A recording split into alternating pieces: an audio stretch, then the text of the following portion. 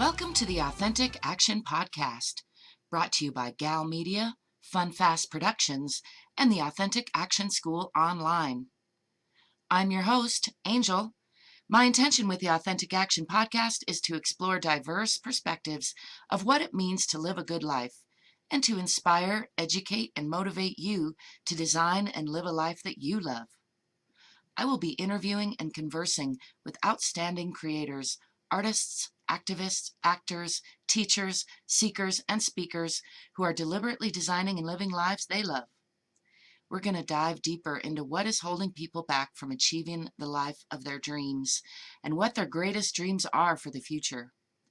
I hope this show will inspire you to consider your own mission and dreams, help you find and voice your own beliefs and boundaries, and perhaps take at least one small step toward realizing your own dreams for our best future today. So let's grab our favorite beverages, get comfy, and dive right into it. My guest on today's episode of the Authentic Action Podcast is an activist, artist, event planner, and an active member of the kink, queer, goth, and burn communities, with a special passion for creating safe environments and events for people to explore themselves and each other. This beautifully articulate human is a strong consent culture advocate and spokesperson, a relationship anarchist and educator, an activist, an active visual and performance artist, and a regular all-round good person. I was especially delighted to learn that we share a vision for building safe spaces to develop more inclusive and compassionate communities, and for helping people find ways to do the work to heal themselves and to build healthier relationships in all aspects. In this conversation, they share some interesting views on the evolving responsibilities of good citizenship, how people can get to know each other better in safe spaces, and how societal perceptions are shifting toward more inclusion and accepted curiosity. We also talked about their vision for a more artist-friendly future. I'm pleased to introduce you to the multi-talented foreperson of Cabaret Audacity and founder of Audacious Productions, the marvelous Julian Addams-Wolf. Well, welcome, and thank you very much for meeting me. It's taken us a little while to get together, so I'm happy to finally be face-to-face virtually. That's cool. Hey. And I'm looking forward to just learning more about you. So you mentioned burlesque. I've met you through our mutual artistic performance friends, so I know a little that you're involved in some neat performing art stuff. If you want to start there or elsewhere, tell me a little about where you're at these days. Yeah, Felicia Davis, also known as Misbehavin', is my neighbor now, and we were already working together occasionally and had already done some artistic collaboration. She's a incredibly dynamic photo director and visual artist, and we collaborated. Well, she collaborated with one of her photographers to do an Alice in Wonderland shoot with me now a year and a couple months ago. Mm-hmm. And then we've done shows together on and off, but being in close proximity, we have picked an act that we're working on together. And I was really excited to go support her and some of our other friends last night at a show where Felicia premiered her kick line. And by that, I mean literally 6 masculine folks in top hats and vests dancing with her singing. And it was really neat to get to consult with that, but really to see it actualized. Mm-hmm. And that kind of leads in to performance and kind of burlesque wise to my thing I'm most excited about, which is bringing some more, vaudeville sort of flavor to Albuquerque. Mm-hmm. That's the thing I've done on and off throughout the years. But the vaudeville review, and that's spelled VLAD, like Vlad the Impaler. It's absolutely a reference. Okay. Like gothy, like spookiness, is going to be on the 29th, and they'll perform again. And also some other artists and folks you might want to get in on with this podcast are going to be there, like Scarletta, who's an incredibly dynamic visual artist and circus performer and cabaret performer and burlesque performers headlining. Neat. So I'm really excited, and it's the tagline for it is entertainment for the living. Uh-huh. And this is our second one, and it'll hopefully be quarterly. And it's kind of at a small venue, but the thing about intimate audiences and getting to try new things is you get more interesting stuff from your performers. Yeah. Where is it? Oh, Thirsty Eye Brewing Company in Albuquerque, New Mexico. It's an independently owned brewery that also brews tea and coffee, not just beer, and kombucha, which I think is really important because and I know we're supposed to be talking about me, but it feels weird talking so much about myself. One of the biggest things of my adult life, and I'm going on 40 this spring, or 87, depending on who you ask, is trying to create safe spaces for people to actually be able to explore who they are. So we're starting a goth night there. And I love that goth night, which is going to be Thursday, the 23rd of this month is the first one, is going to have options that's coffee, because coffee is amazing, but also not everybody drinks alcohol. So it's going to be a neat conversational environment as opposed to like a dance and booze based environment. Yeah. And be all about the music. And Fia Loza is going to be, I believe, painting a live canvas at Shadow Night at Thirsty Eye Brewing Company. Very cool. Yeah. Very cool. And I really like to, create places where I can show off like artists who are incredible and maybe not getting as much attention as they otherwise should be getting.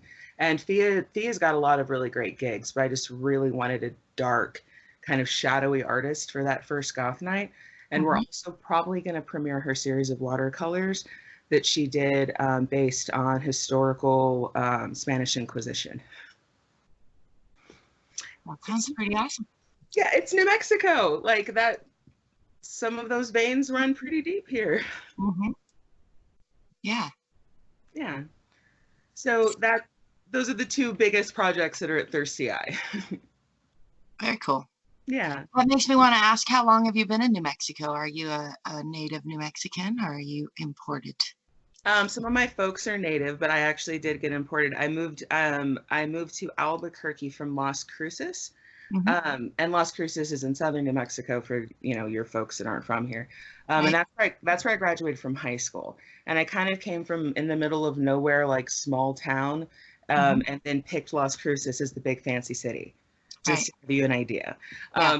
And absolutely still love Las Cruces. Haven't been there in a little bit, but I've been in Albuquerque since 1998, with the exception of a year that I spent in Grants, and then a year that I was commuting between here and a contract I had in Texas, and that was a commute.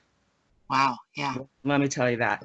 But I was still doing 1 or 2 shows a month here in Albuquerque, producing, and then 1 or 2 performing. So I was still coming out here frequently to make those things happen. Cool. Yeah.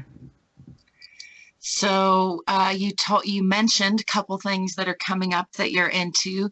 Tell me what you're like. What's your heart into through the things you're doing these days? Oh, and it's been such an introspective time. Kind of all paths lead to this. The things with Thirsty Eye I'm excited about for the reasons I mentioned, but there's also the burner community is kind of getting amped up for the New Mexico event called Sunburn. Our first meeting is actually the same day as Gothic Winter Ball. I'm the reigning king and I'll be stepping down. I love how silly it is, how like special this like basically prom appointment made me feel.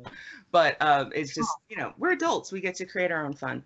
But one of the things I do with the burner community, particularly as a not just out, but really loud genderqueer person, pagan person, disabled person, pale person, because let's not forget this is an outside event. And so, it's easy for me to say we need to talk about what we're going to do for sunstroke when everybody's worried I'm going to get sunstroke. I kind of get loud and obnoxious during the planning, so that way we don't have any problems there. If that makes sense? Yeah. And I'm not exactly sure what my role will be this year, but I'm really, really hoping to be able to do some variety stuff. And believe it or not, I like to do at events like that multi-generational stuff, also at pagan events. So I haven't exactly directly answered the question, but the thing I'm most excited about right now, and something that I haven't felt I've really been able to do for a long time, is really commit to the stuff I'm passionate about, which is creating safe and interesting environments and experiences for folks. Being out and loud so that people who might have questions know when and where to ask me so that I don't have to be bugged when I need alone time. And being able to do art. And that includes consulting for a kick line from a song that's from a musical that was cut from Broadway because it was too sexy. It was too much of a showstopper. They had to cut the song that Misbehavin' did last night from Jekyll and Hyde. Like getting to consult for that is really fun and interesting, just as much as like this musical project I'm working on with Edification, where I'm going to be doing some live kind of improvised poetry with some original guitar music that he's been working on as part of the Vaudeville Review to kind of give it that variety. I'm just really looking forward to somewhat graphic analogy, but goth kid here, like elder goth rising, they say, really be able to like cut into my artistic veins and actually kind of like let that flow happen. And I feel like, I mean, and you're a good example of this, getting to meet people like you, getting to be in a neighborhood of a lot of artists and dancers and performers. I feel like that's not scary right now because, I'm going to get more water. I'm going to get more vitamins. I'm not going to run out. Right. And that's been the most incredible part, I think, about coming to this super old part of Albuquerque and having my own space and being able to devote more time to getting my stuff together, which has led to me having the energy to do more projects. Cool. Yeah, I guess that makes me wonder, do you think that's just like a here and now things coming together that bring you that sense of freedom or safety that maybe you didn't have, or have you always had it, or is that relatively new? Yeah, it's kind of a struggle. My partner, Melanie, and I'm a relationship anarchist, and we've been together, it'll be 17 years this year, was saying how when other people, as an example, we had one person that we both knew in our lives that a lot of folks knew, and that person was kind of catalyst.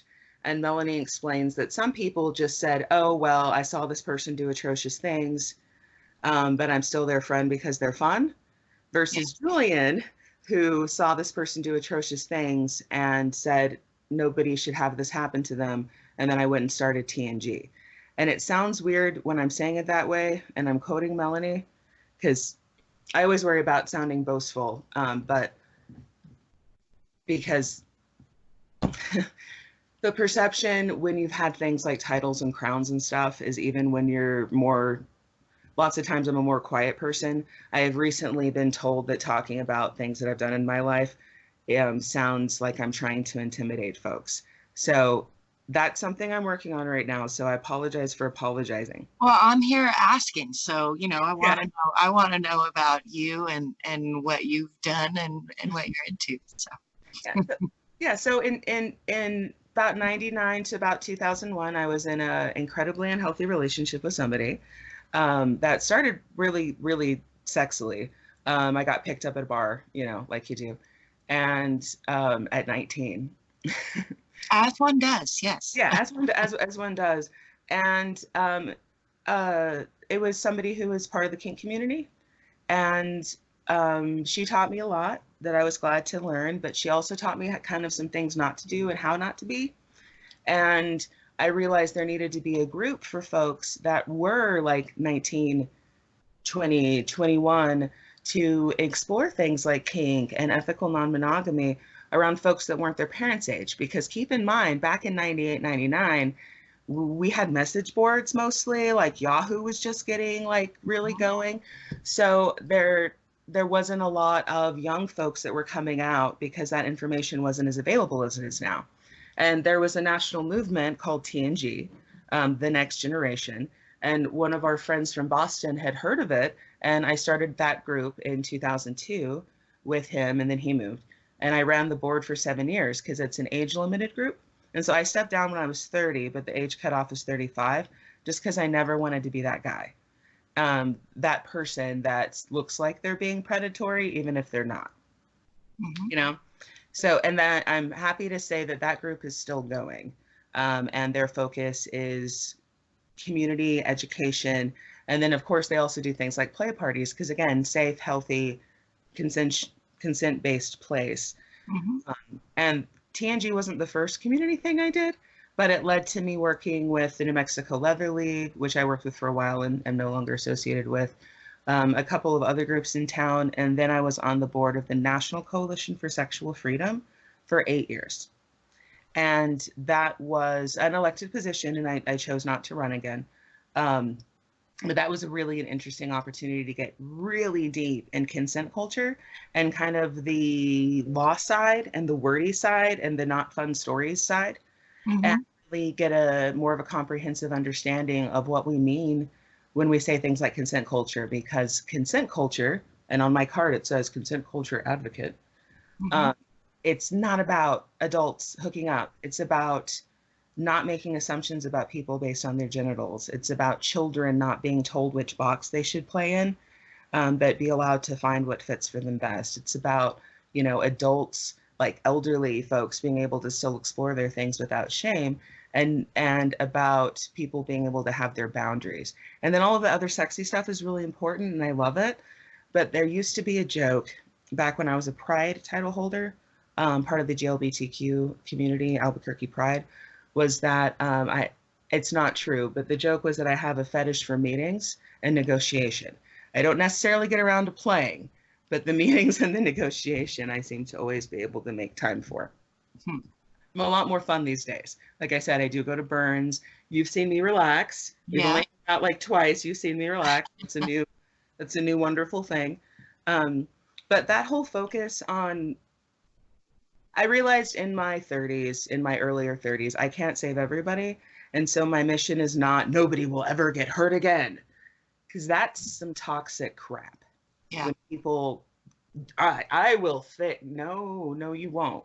That's kind of toxic. So like my kind of new motto is I'm going to create the safest environments that I can for people to learn and grow and explore. And I finally internalized that includes me. And yeah, finally internalized that. So I've been having some more fun and creating events that I definitely want to go to, but also, want to create that are, they're not just for you. They're not just for me. I'm trying to, more neat spaces for people to be able to talk and not have to, drink or pay money, to be able to participate. I love it. I'm getting the same kind of ideas from the universe. So I love that that's what your overarching idea is, because I agree. I think there's so much toxicity comes out of people not feeling like they have safe space to explore and to express and to get and to feel know. like they have to other themselves to be safe. And that's something we can work on every day and do a lot to resolve. And I have seen so much growth, like being in the kink community, the queer community, and the goth community of one town for 20 years.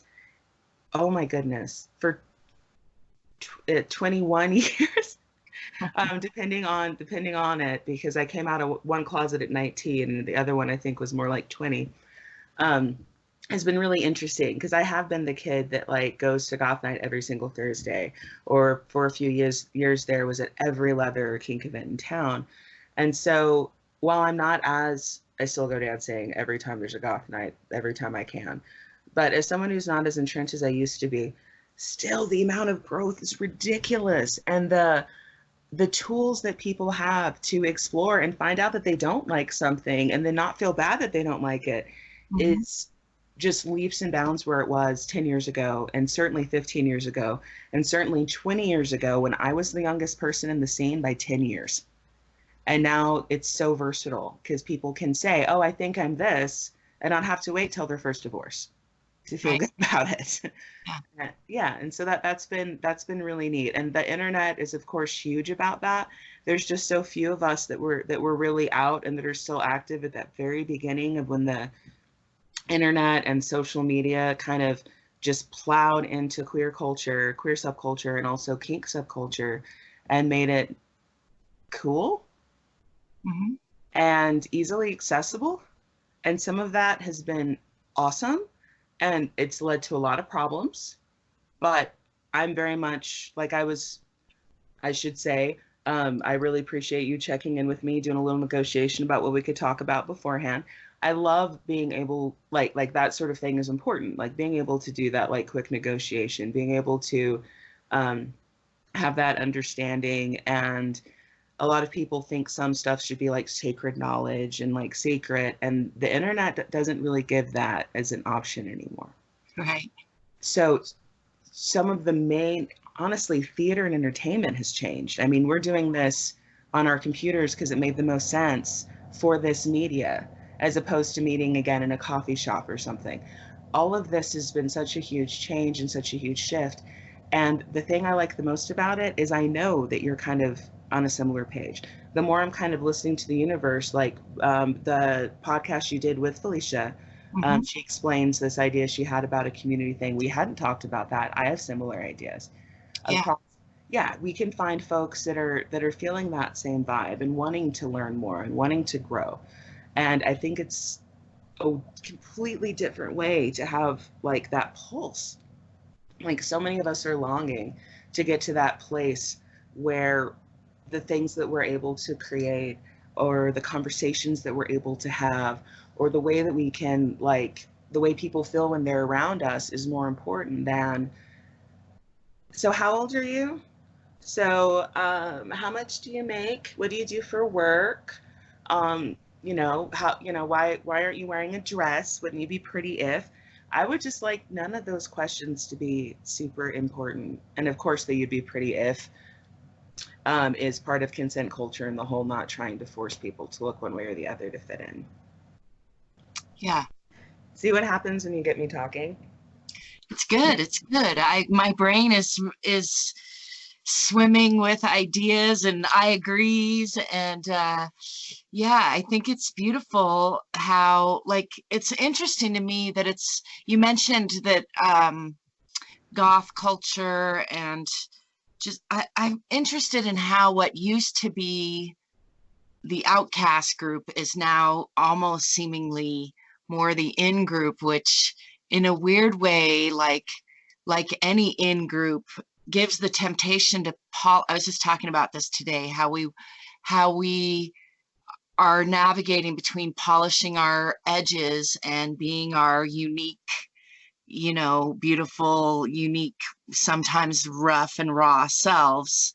And to get along, the more we want inclusion, which is a word that comes to mind when a lot of us are talking about our ideas of the future, like how to bring, you mentioned different ages, I just think the more we play together, the more we learn to, love and appreciate all our differences. And at the same time, it does require a little bit of buffering those rough edges in a way, like there's an interesting balance going on. I love watching it unfold. There's no like. Yeah, like the biggest phenomenon is even back in the 80s and 90s, like it was not cool how much I liked comic book characters. And we had all grown up watching Saturday morning cartoons, but it wasn't necessarily cool how much I still liked X-Men. And then all the movies started coming out, and now, the Marvel movies are the biggest, cinema ever. And that is just part of the culture now. It's not even a subculture to know who Iron Man is. It's not a subculture to be able to tell the difference between like, oh, I don't need to prove how like nerdy I am, but like the different areas of Batman or the different like it's just normal things that people talk about. And that's the easiest example of kind of watching things kind of shift. Like the bullies these days are sometimes the ones that are making fun of people for not using the right words on the internet, which is classist. They're the ones that are making the decisions like to sponsor this or that because their nerdiness from high school is now, paying off the big bills. And it really is interesting because even in like rom-coms and stuff, you're seeing more of the nerdy characters, winning, which was not ever the story before. And I think it's because those kids were sick of it. And then when it comes to like folks like goths and whatnot, there's a whole new dark wave movement that I didn't even comprehend until really recently. Of like, for example, She Wants Revenge is a really popular band. I do not know them personally, but they are dark wave, which is a subgenre of goth. And their song, one of their songs was one of the main pieces that introduced the vampire characters on American Horror Story, the television show. That's like the peak of pop culture right now. So so the fact that a lot more people are kind of also peeking in the shadows and wanting to hear like darker stories and wanting to hear like beats that don't necessarily make them feel like this, that are more motivating and like speaks more to like, I'm not judging pop music, but there's something to be said for the fact that like dark wave's making a resurgence, that you know, as a band called She Wants Revenge, you know, is getting featured on this huge FX show with an Oscar award winner. I don't actually know if Lady Gaga won an Oscar. I should say nominee. I don't know if Lady Gaga won. I don't know either. I wasn't paying close attention. That was last week, wasn't it? Oh goodness, no, that would have. I mean, this has been 2 years ago now. Oh right, last week. She got nominated. That's how much I'm paying attention. Yeah, she got nominated for A Star Is Born. She's kind of like, we had Cher, then we had Madonna, and I kind of feel like we've got Gaga now. But it's funny, like there's a couple of pop artists kind of like Gaga, and also Lizzo that I follow, that I don't really listen to their music, but I read their stuff. I look at their art. I love like their different presentations, and I just don't tend to lean towards perkier music. But I've been surprised recently. Kind of that generational thing that you were talking about. Going to events that aren't music specific, they're just, we're all artists, like a burner event or a pagan event, has led me to find some really, really interesting stuff I would have never thought I would have enjoyed before. And friends that range from 5 to like 95 again, which I really missed from growing up in a church. And I just have no need to be in that same culture again. Because not all churches are bad, but as a queer, genderqueer person, it was really hard growing up Southern Baptist in a place where I didn't even know what a black sheep was. I just knew I was one. I didn't know why, but everybody knew I was. And it's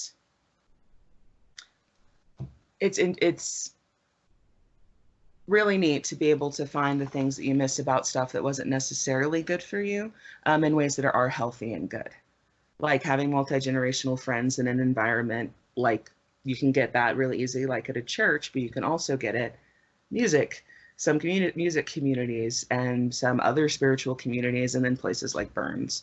So, and we're always striving to make all of those spaces better and safer and frankly more fun. Because it's not just about everybody like feeling safe and protected and never being questioned. I'm not into that, but I am about people not being judged for silly things like what you think I am, or what my perception of you is based on knowing somebody that looked like you once. If that kind of makes sense. Yeah, it does. So if you could just get one message across, what would that be with regards to the work that you're doing right now? Yes. Do your research. It is really important to look up things like why people use pronouns that might be different than what you assume, or why, if you don't understand what feminism is, maybe take a gander. It's really important when you don't know what a word means, like genderqueer, to maybe Google it real quick, and then ask maybe a clarifying question, because and women have gotten this the most forever, like for millennia, of other people being expected to do their emotional labor. But now it's turned into other vulnerable communities. Like I get, what does being poor mean to you? Okay, why don't you look up what being poor means, and what that actually, why, I'm not running out to buy a latte. And then we'll have a better understanding, like, of the things we have in common, maybe. that analogy was not super solid, but having a comprehension of basic concepts that are honestly good for you to know as a citizen of society or Mm-hmm. just a member of society makes it easier for you to find what you have in common with folks you might not have known you had anything in common with. Right. The amount of times that, like, it is so much more important to say thanks and move on when you make a mistake about someone. It's like, thank you for the correction, and then move on, and then do research if you need to, rather than forcing emotional labor on folks all the time. Mm-hmm. Um, and with consent culture, there's stuff that everyone should know in there. It doesn't matter if you're 5 or 95, to use that number analogy again, because it really is about, self expression, um, being able to, have your own boundaries, being able to look at people for what they're doing and what they're saying, and not, again, what you assume they're going to be based on your perception. And that also leads to us having to a lot more time to focus on the good stuff and not on protecting people who've been assaulted, and trying to help people heal who didn't know why they hurt someone in the first place, and all of the other things that are the very, very sad over here end of the spectrum. So the one message I would say is, if you are curious about something, particularly like a subculture, particularly about things like consent culture, which should not be a subculture, about other people's genders, religions, whatever, do a little Googling first. Like, do some research first, read something. If you don't know who's good, you can honestly Google best folks to read on this subject. And as long as you're not getting the information from Fox News or one of the sites that's known to be anti-human rights, Mm-hmm. then you're going to get a good source. And honestly, Teen Vogue. Like, Teen Vogue has been leading the revolution almost for like the last 5-6 years. Huh. And so you can read almost any of their stuff on these subjects, because they go to folks like me. And I have not been quoted by Teen Vogue, but I have been quoted by Cosmo. Um, but they go to people who are actually in the middle of doing what they're doing and being who they are, and not just a bunch of white people in some like office somewhere. Yeah. So yeah, everybody has the ability to do a little bit of research and not force emotional labor on people who are um, disenfranchised. And to some degree, most of us are, but some folks are more disenfranchised than you are, and some folks are disenfranchised in different ways. Mm-hmm. So it's my place to learn about things like being anti-racist, and it's my place to sometimes teach about things like diversity inclusion. But it's all of our place to do the research on the stuff that we don't understand, so that we're not forcing somebody who isn't getting paid to do that labor for us. Mm-hmm. And I didn't realize that would be a big deal, but it really is, because, women, queer folks, people of color, Black folks are forced to do so much explaining of themselves just for existing. It gets exhausting.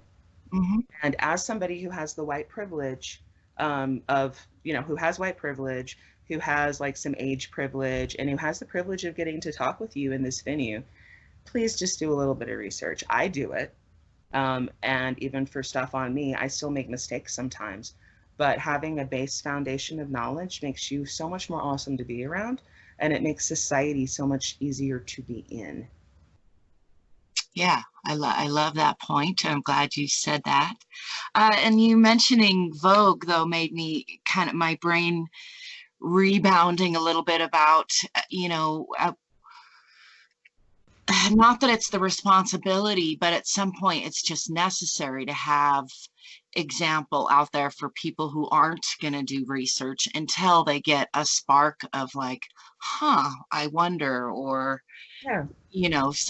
like, a spark of familiarity enough to get past that barrier that a lot of people feel of other, just, which I think is biologically driven to some extent. And I think it's great that we now I think the internet has really opened it up where we can share such of our diversity, so that we all start to see where we have commonality, and I do think, like, I love that you said what you said, because I think that's true of so many parts of society right now that we're at large not getting, like, to do a little research to really try to understand the other a little bit before we come in with you're different from me, so Yeah, like yeah. people forget all of us are mammals. Hmm. Like we're all part of the same, like, species of this type of human.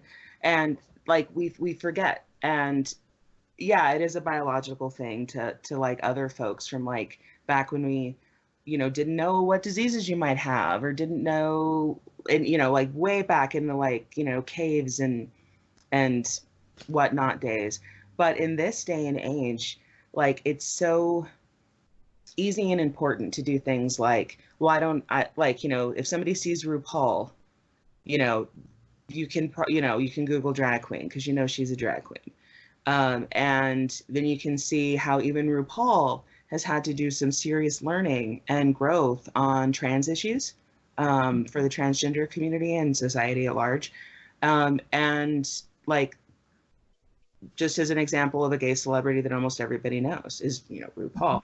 And she's done a lot of public growth recently. So if she can do that as a, incredibly successful, incredibly beautiful, incredibly, I'm going to say successful again, performance, performer, artist, producer, if RuPaul's willing to go through some, some growth and is probably about to go through some more again, then like, almost kind of any of us can. Mm-hmm. And nobody's perfect. And I always like to say that, particularly as somebody who uses they, their pronouns, I'm not perfect with my own pronouns. Like, nobody is perfect at everything. I have misspelled my own name. Like, so have you probably, if you think about it hard enough. Mm-hmm. So, yeah, nobody who's disenfranchised is asking for folks who are not disenfranchised in the same way to be perfect. We're asking for people to try and to see us as human people who are worthy of the same respect as you. And when disenfranchised folks are basically asking for that and people turn away with, no, I refuse, that is a thing I judge folks for, Mm-hmm. And that's definitely something I want to, get away from, is people saying, looking at other humans and being like, no, you're not worth it. You're not worth my extra 2 seconds of thought to, pronounce your name correctly or get your pronoun right or acknowledge that you exist, because it would be inconvenient for me to see you. Because that's something a lot of folks do for houseless folks. So it all ties back in. It all ties back in. And what most of us are fighting for, that are on the side of like human rights, is all of us being better at not doing crap like that, and being able to, get past, I have a house, so I'm better than you. I have this, so I'm better than you. I like this music, so I'm better than you. I eat, or no, like what we need to do is all of us just need to come together and overthrow our corporate overlords. But that's actually what I'm saying at the moment. More just do your research. Yeah, I'm like, I want to be a corporate overlord pretty soon. So, I mean, to use the term very loosely, but Yeah, corporate I overlord, know, oil companies, yeah, no, I that's mean, the thing. yeah, overlord is probably where it goes over the line for most of us. But Yeah. yeah, I love that you brought up imperfection too. That's a passion of mine, and I think it's so important. Um, to bring a certain lightness to both, to try, like to really try, and then to also be okay with just move on, like you said, or be okay. Know that we're going to be imperfect, because I think that stops people sometimes from even being willing to try a lot, actually, in so many avenues of life, including just being nice to each other. Because maybe you're nice to somebody and you don't get a smile back, or you get something that makes you feel like you did it wrong. But if we just keep trying, then things keep getting better, And one of the things that I love, about just the whole concept too is, yeah, sometimes you won't get a smile back, and nobody's due a smile, And B, some people don't have that connection. Some people literally don't have smile muscles available to them. Some people, like me, are somewhere on the spectrum. Some people, so like just even throwing out that when I'm nice to somebody, having it reflect, having it reflected back is kind of part of it. But the cool thing is, though, is 9 times out of 10, what happens when you are kind? It's reflected back. Yeah. It's appreciated. Sometimes I'm really bad at, sometimes I'm excellent at emoting, and sometimes it's just really hard for me to access that. But I can usually still respond with like, I really appreciate that, even if I don't have a smile like available. Well, and like you said, if we're not dependent on the response, it feels good to be nice. Like genuine. You try it, you'll find out. It feels good to try to be a good person. Yeah, kindness is so important, and we really have been trained to not be kind unless it's going to be reciprocal. And so the fact that the point that you're making is that it doesn't have to be. Of course, it doesn't have to be, but so many of us have been trained that it is, which is why we have problems with folks who thinks that being nice to people means that they get relationship out of it, or that they get intimacy out of it, and that sort of thing. Like humans, I would love for humans to not be treated like, coin slots that like spit out either labor or, affections or the like. It would just be, well, a lot of people have imagined what it would look like if we weren't, basically slaves to other people's labor. And when they do, we get things like Star Trek, and we get things like other, sort of like fictional worlds where people are working on their art, or they're cooking because they love it, or they're, building because they love it, and not having to feel like they're slaving away somewhere or other. That would be the dream, to actually be able to make a living, an actual comfortable living, doing something useful and that you're passionate about, not like calling people and telling them that they owe some corporation money. Right. Yeah. Yeah. That makes me want to ask you my 3 wishes question. If a fairy godmother just whisked in the room right now and gave you 3 wishes, one for you personally, and one for your community, and one for the world at large, what would those be today? Oh, wow. I'm like, can I do it in reverse? Sure, of course. Any like. I honestly think that assumptions don't really have a place. I don't think that they're super useful. So if not intuition and whatnot, but like assumptions, like you have long hair, therefore you're a insert whatever. So kind of across the board, I think that if it couldn't be forever, even if it could be temporary, I would ask that everybody be able to spend some significant time without assumptions of other people, with having to, actually like interact to know somebody's personality, as opposed to assuming, oh, like you've got a very pretty name, you must be a very pretty lady. No, like we're not going to have assumptions. I'm going to have to actually look at your podcast to have an idea. I would love, even if it was for a short time, and I would prefer it to be a long time, us all to be able to live without assumptions for a bit, and just see how that drastically changes, obviously our perceptions, but how we would treat other folks. Like see somebody on the street who's sitting down and not assume that there's something wrong with them, but, just be like, huh.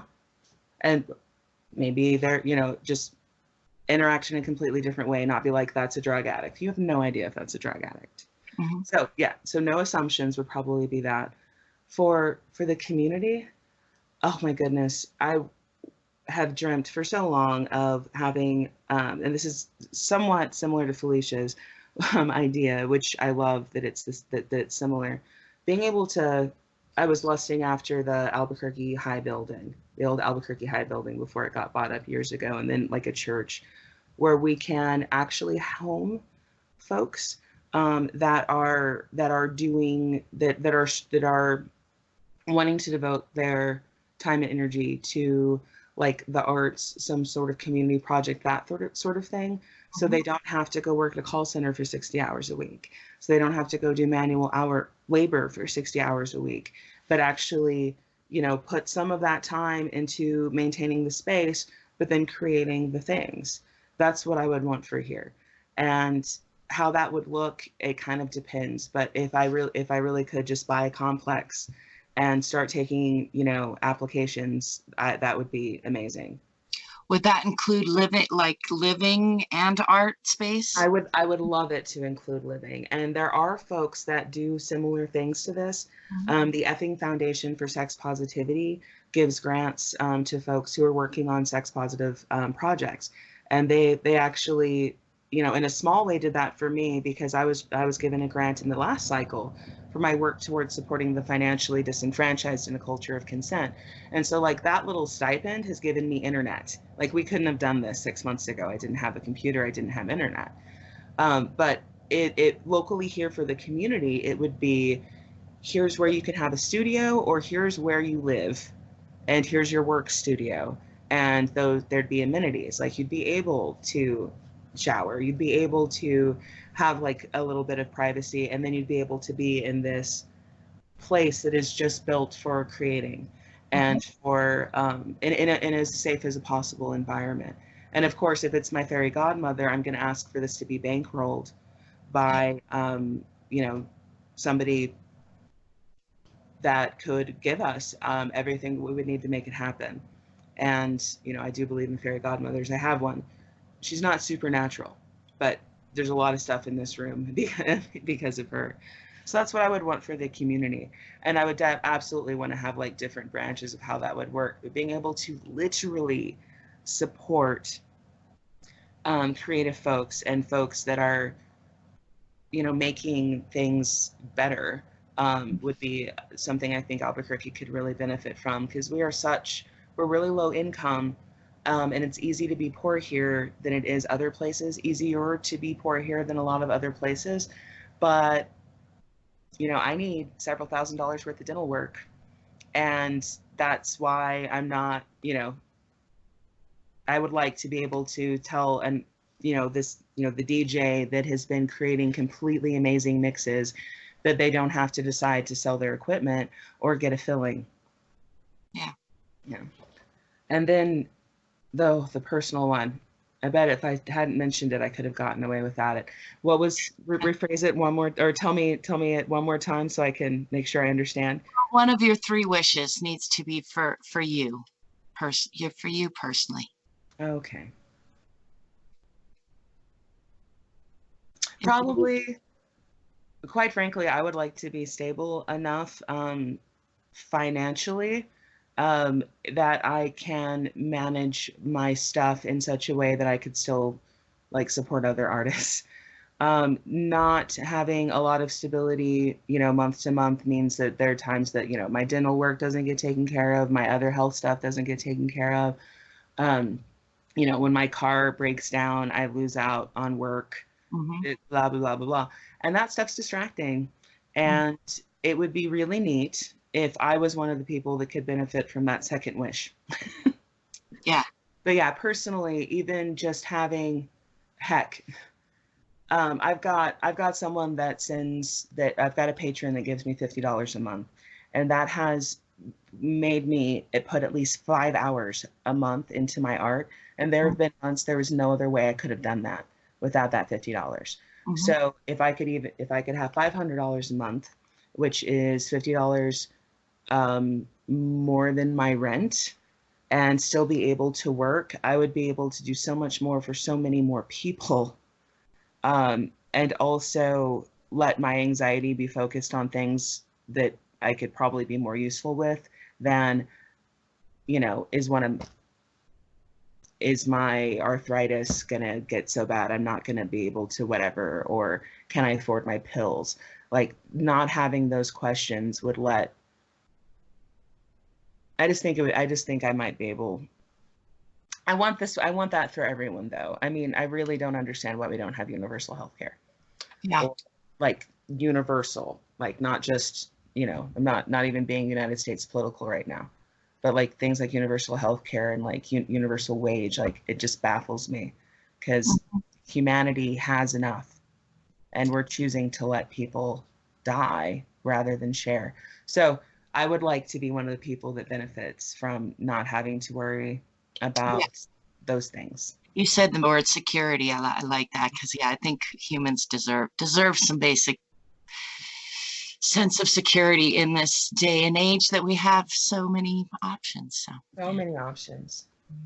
So yeah, that's more than anything else personally. I would like to benefit from that universal type of care, and I don't necessarily need thousands and thousands and thousands. I would like to not have to be scared every month about whether or not I'm going to have a home, or whether or not I'm going to have to borrow or beg. Stealing is not personally an option for me, but right. Yeah, that'd be pretty cool. Mm-hmm. Beautiful. I love it. Is there anything else you want to talk about? Oh, not that I can think of. And for as many diatribes as I had, I didn't super seriously prepare, but I do want to thank you for the opportunity to talk about the projects that are active right now, like Shadow Night at Thirsty Eye and Vaudeville Review, which is with Cabaret Audacity. I can't believe I didn't mention my cabaret's name, Cabaret Audacity. We're on Facebook. And also my art stuff, being able to be given a platform is something I'm really grateful for, and I'm looking forward to seeing this launch for you and have that positivity, be so much more loud out there in the ether. So thank you for that, and thank you for including me in your project. Well, thank you. I really appreciate your energy and you being a part of my launching into the unknown. And I want to be a platform for voices like you and me, and I love the similarities in the dreams that are coming through so far as I talk to people, which is a lot about unity and community building and We need it. All being more human together. So that excites me. Yeah, I think we're getting ready. Mm-hmm. Nice. Well, I did not prepare I sometimes have a little short list. I will ask you, if you were a hat, what kind of hat would you be? Jaunty. A jaunty. Tell me more. Jaunty. Oh, I love hats. So as I look over here, I've got a top hat, a coachman's hat, fedora. So I would definitely just be a jaunty hat, one that's peaked a little bit off to the side and just slightly too fabulous for the occasion. Understated. Nice. But probably my signature is I wear a lot of top hats. Nice. Or I used to. But yeah, I would be a jaunty hat. Nice. I love it. I love it. It's becoming one of my favorite questions. I'm, exploring what kind of questions I like to ask people. So thank you very much again for joining me. And I do hope we get to do this again in the future as this evolves. And tell us again where we can find you, where we should look you up, what we should look into that you're into. Excellent. Thank you. So my website is not interesting right now, so I'm going to send you to the other ones. On Instagram, I'm the Julian Wolf, and there's only an E in the. On Twitter, I think I'm just Julian Wolf. I might be the Julian Wolf. And then on Facebook, Julian Addams-Wolf is my page for all of the general production stuff. I didn't mention this, but I'm also a tarot reader. Do intuitive divination, not just from Abatha's Apothecary and Metaphysical, but also from my pop-up shop. And so that's Addams-Wolf for Addams-Wolf Divination. So facebook.com/Addams-Wolf. Cabaret Audacity is spelled just like that, the two words Cabaret Audacity, also on Facebook as Cabaret Audacity. And then I'm usually, Addams is with two D's. So it's Julian like a boy's name, Addams like the family, and Wolf like, ow. I'm super Googleable. Googleable. I love it. Yes. You can find articles I've written, apparently a couple of videos, which surprised me. Last time I told somebody to look for an article, they told me they learned my dance moves. And I was like, what? Wow, now we have something to go look for immediately. Dance moves inside. But yeah, there's that's really how you can find me. It's pretty easy. And I read tarot on Wednesdays at Abatha's every week. And then I'll be at Thirsty Eye the fourth Thursdays of every month for Shadow Night. And then I'm around and I'm bookable and I'm really excited to work on stuff I care about. So Awesome. Well, I look forward to getting to know you more. I have a feeling we'll be running into each other. I'm bummed that I missed Felicia's event, but I know she'll be doing more awesome stuff. So yeah. And the kick line will be coming to the Vaudeville Review on February 29th at Thirsty Eye Brewing Company. So, it's entertainment for the living.